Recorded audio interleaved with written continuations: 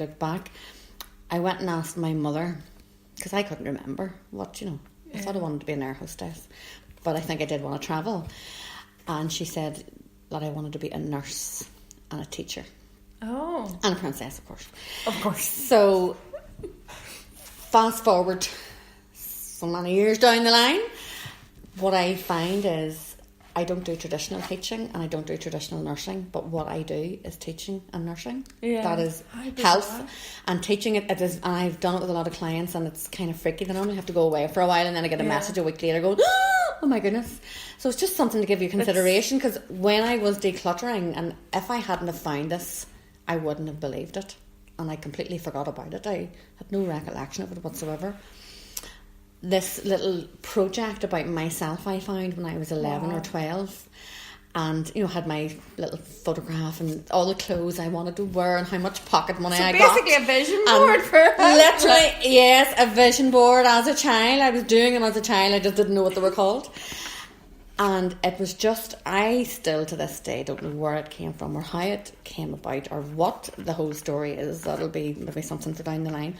But I had written at the age of 11 that I wanted to help people who were, I can't remember exactly, I have it in the house, but it was to the effect of who are ill and depressed. Wow, that's amazing. When I think back to my 11-year-old self, you're going to laugh your head off at this. I asked for a fax machine for my birthday or for Christmas. I can't remember if it was birthday or Christmas. How you want to hear? And my mum, I'll never forget it, my mum was like, what do you want a fax machine for? I was like, to fax people. I was like, actually, but who are you going to fax? It was very much like, and she got me a word processor, an electronic word processor. Right. And I was sitting there, thought I was brilliant, Fantastic. So it's basically an electric typewriter. And then a few years later, I wanted a fax machine again. She was having none of it. So the deal she made with me was, well, if you need a fax machine at any time, you can come into my work to use one. Very good. So I got my WordPress, type. And then I had to run round to my mum's friend Grania, who was Jim McDowell's PA round at the Sunday World, to get the fax number. Then I run all the way back round to my mummy's work, which is in this street at the time. Very good. Faxed hello off to Grania, and then run all the way back round to see that it had arrived.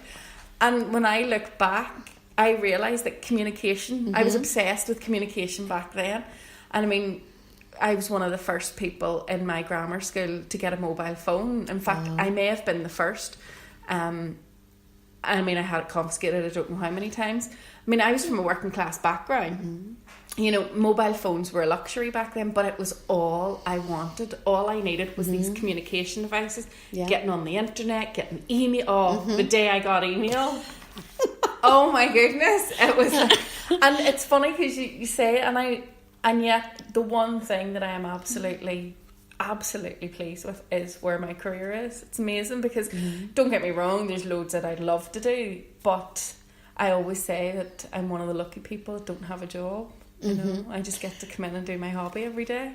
Find a job you love and you never have to work a day in your life. So, but if I'd have known that, I wouldn't have gone down the road of having a grammar school careers teacher tell me that I should be an environmental health officer, because I said I was a real hippie, and I told him that I really loved animals and I wanted to work outside because I didn't want to sit behind a desk in an office. The irony where I am right now. And they decided that an environmental health officer was the way to go. And I was like, no, I don't want to catch rats. That's not what I want to do. So at no stage was it ever... Did it ever occur to them? I set up the school newspaper. I set up the school debating society. It was all there in the past. It was all there, and yet they thought environmental health officer. Well, this just leads me to remind people again perfectly back to be empowered, Tina, because you know everything you need to know inside when you're a kid. Especially as a kid, I think, because we grow up and life happens, and then everything just sort of a lot of things can hit the wall and go south. But it just goes to show you that as children, so anybody out there has children, listen to your children. It's when a child comes round to you and says, I want to be a superhero. Don't turn around and go, no, but what do you really want to do? Absolutely. Because they can really be a superhero. Absolutely. And what I learned, and even your story, because it's that don't get pigeonholed into that word. Yeah. Nurse, teacher. I would not have worked as a teacher or a nurse if you had paid me £1 million. I just can't work in that environment, that institutional type of But at 11 background, years old, they were the only words that you had. But that was your frame of reference. That was all you knew. We didn't have the internet. We didn't have all this knowledge and information readily available. So it's that you sort of take a sideways look at it and go, okay, so what does nursing mean? What does having a fax machine? What else can that mean in a broader term? So if anybody's looking back over what they wanted to be when they were smaller, make that wider, make it a wee bit wider. But so many people I have spoken to, and if they're not doing that as a career, they want to do it. Yeah. It's what's deep down inside back then, them. You're less likely to be filtered. Mm-hmm. You're just going to say whatever it is. You say what you feel, and you know what you feel, and that's the thing about children as well. They are so good at the law of attraction. Yeah. Because they will say exactly what they think and feel. Right there, and then all of those times I needed something and I was told, well, you're going to have to pay for it yourself. I found odd jobs. I found people who were willing to help. The focus and because you knew what you wanted, and then we lose that and we go and do the normal job and all the stuff that we have to in life. But it was. Children know what they want. They actually know what they want, and it's trying to hold on to that, I think. And that's, they capture that forever. They really know. We do know inside us what we want to do, be, feel, see, have. Those kind. It's part of it's having the courage to go for it. Part of it's having the awareness that you can, and part of it's having the belief that it's possible. And I'm not saying everybody has to go and leave their jobs in the morning. At least give it a week, Have a week thing. Give it till Christmas. But there's just it's a journey. I just I feel so much more empowered now in my life. Yeah. And I want other people to feel that who don't feel that in whatever area of life it is. It doesn't necessarily have to be career or something like that. But I think people don't realise how amazing they are and what strength they have inside them. And again, sounds very cliche as I'm listening to myself here. But there is just so much out there that's possible for people. There really is so much out there. Yeah. But people do need tools, techniques, support, help along the way. And I suppose that the time has gone to be embarrassed. There's no shame in asking for guidance and help and support in all of those ways. Whereas I think in years gone past, it was only the crazy people that got therapy, Whereas now, you get therapy to stop you being one of the crazy people, I mean, I did some mindfulness sessions with Jimmy Smith, and it only took 2 sessions for me to really completely reassess my hoarding, and not just that, for me to understand that my hoarding was number 1 a mental illness and number 2 a form of OCD. Those 2 realizations were absolutely shocking to me. I just thought it was a thing. I just thought it was a thing I did because I've always done it. I can trace it back to my childhood, etc., etc. And then it was only when then I understood it and understood what it was, where it came from, because I've got sentimental and creative hoarding, which is worse, and it was that understanding, well, this is what it is, this is how it works, this is how I've ended up where I am, and this is some of the tools and techniques that I can use to change it, to change how I think about it. Now, I'm never not going to be a hoarder, let's be honest. Never. I like hoarding, right? I like it. I like collecting stuff. Well, there's hoarding and then there's collecting. But now, that's why I say I'm a hoarder in remission. So I'm still getting rid of stuff. I'm still learning that, releasing it. Because I used to collect stuff for other people and then not give it to them. Okay, right. And one of those such and such would love that. I'll get that for such and such. And then 10 years later, that thing would still be sitting there because I had never got round to giving it to them.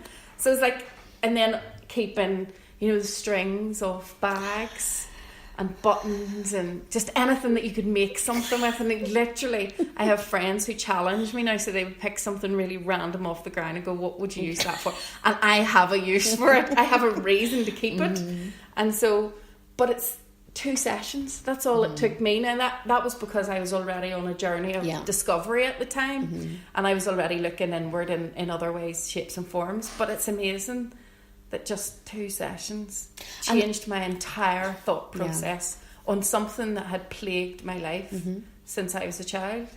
And that's the thing, I think, as well, with a lot of, alternative, complementary, holistic treatments, tools, techniques, and that covers a vast range of things. That is not, people sort of lump it in one category. That covers hundreds upon hundreds upon hundreds, if not thousands, of different tools and techniques that you can do.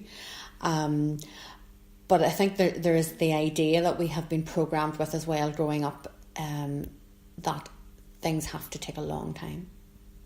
That you have to do this for years on end, that you can't. I mean, I have people say to me that depression is uncurable. Now, I just totally do not agree with that whatsoever. I am not saying it's easy. I'm not saying everybody will be able to recover from it either. It's not all this pink and fluffy stuff. It's but I just categorically refuse to believe that. And I may not have been diagnosed clinically in whatever way you want to do it, but if you look at it, it's about 2 or 3 weeks of feeling down. We'll try 2, 3, 5 years, I definitely feel I had it. But change can happen very fast. It can happen very fast. And I think that scares people in a way, because then, oh my goodness, what do I do? And this is my entire life has been built around this, or this part of my life has been built around that, and well, what do I do? And I go, well, you don't have to do anything. Just get yourself sorted and don't tell anybody, and just sit with it and change. The timeline therapy, I find, is extremely powerful, and it was for me. The therapy itself, a lot of the treatments can be very fast acting. It's the integration that takes time. Yeah. It's okay, I've cleared this. Yeah. Right, so what does that mean I could for my literally life, deep dive into every single element of what we're talking about. But our 15-minute interview has turned into a 42-minute interview. I'm going to stop talking right now. So if you want to hear some more about Deborah's blog, it's 106 things I did that took me from depression to empowerment, and you can find that on our Facebook page, which is facebook.com/DeborahKing.beempowered. And definitely there's a dash. Deborah King dash be empowered. Oh, sorry. Just in case. Dash. That's not You'll what find I said it. earlier. You'll find it. It's a dot. Oh, right, sorry. It's a dot. I was right. Right. I was going to stop talking. I'm going to stop talking. It's dash when you in the name, and it's dot in the URL. So both will get you there in the end. But again, thank you so much for tuning in. Thank you, Deborah, for coming all the way down. As always, you can catch a lot more of my interesting people interviews on the Spreaker channel, but we're also on iTunes and Spotify, etc., etc. You already know this because you're already listening. And of course, you can contact me or link with me on social. So on Twitter, it's @Tina Calder. On Instagram, it's @Tina Belfast. And on Facebook, it's /Tina Calder Journal. So thanks so much. Once again, I'm Tina Calder from Excalibur Press, and this has been Tina and Deborah King.